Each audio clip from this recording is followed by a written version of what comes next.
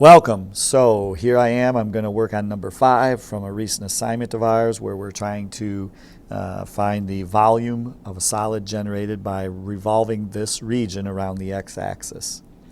So here's the process that we're trying to go through. We're not going to try and actually draw this shape, although it's a fun exercise if you're into art or drawing. What we want to do is focus on the math that's involved.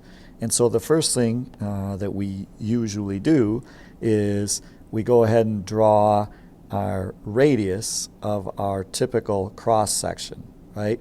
This is going to be a disk cross section, and I'll try and just draw it for you, but that's the radius segment there. If I were rotating this around, it would look something like that.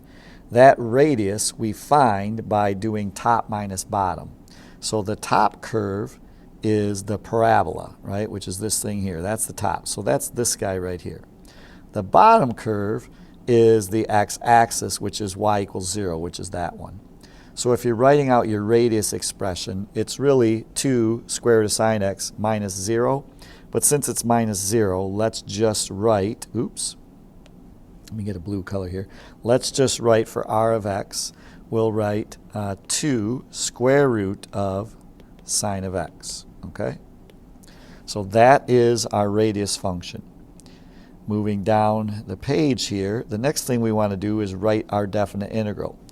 If you were absent or just ignoring me, you may not know that the volume integral for the disk method is the integral from a to b of pi times our radius function r of x squared dx. Okay? That's what we're going to use to make our definite integral. So let's write that in right here. So I'm going to have the definite integral. The limits of integration, since we're rotating perpendicular to the x-axis, are going to be from the left endpoint to the right endpoint there. And they were given to us. So we're going from 2 pi over 3 to pi. All right? Don't panic because it's a pi. Just relax. We'll use the unit circle when we need it. Okay, so it's 2 pi over 3 up to pi. Our r of x function squared would be this guy right here, this thing squared. So I'm going to square each factor. I'm going to square the 2 and get 4. Okay, so that's times 4. And then when you square the square root of sine of x, you get sine of x. Right? So that's what it looks like. That drives me crazy though, so I'm going to make this 4 pi sine of x. And again, don't freak out. 4 pi is just a constant multiple. It's just going to hang around as we do our work. Okay? To evaluate this definite integral, we're going to use antiderivatives and the fundamental theorem. So our antiderivative is going to be 4 pi.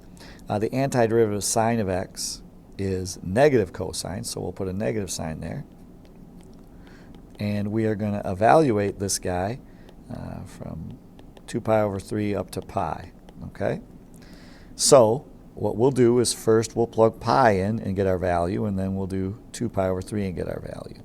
So first it's going to be negative 4 pi cosine of pi minus negative 4 pi cosine of 2 pi over 3.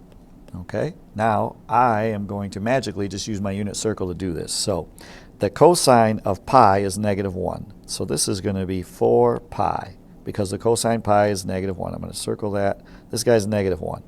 Okay, then we have our minus sign. Actually, let's just do it. So our minus sign. And then the cosine of 2 pi over 3 is negative 1/2. So this thing here is negative 1/2. And so that makes this whole thing here positive 2 pi, right? That's positive 2 pi because negative 4 times negative 1. So this is positive 2 pi. And 4 pi minus 2 pi is 2 pi. So I'm going to put 2 pi right down here in the little box.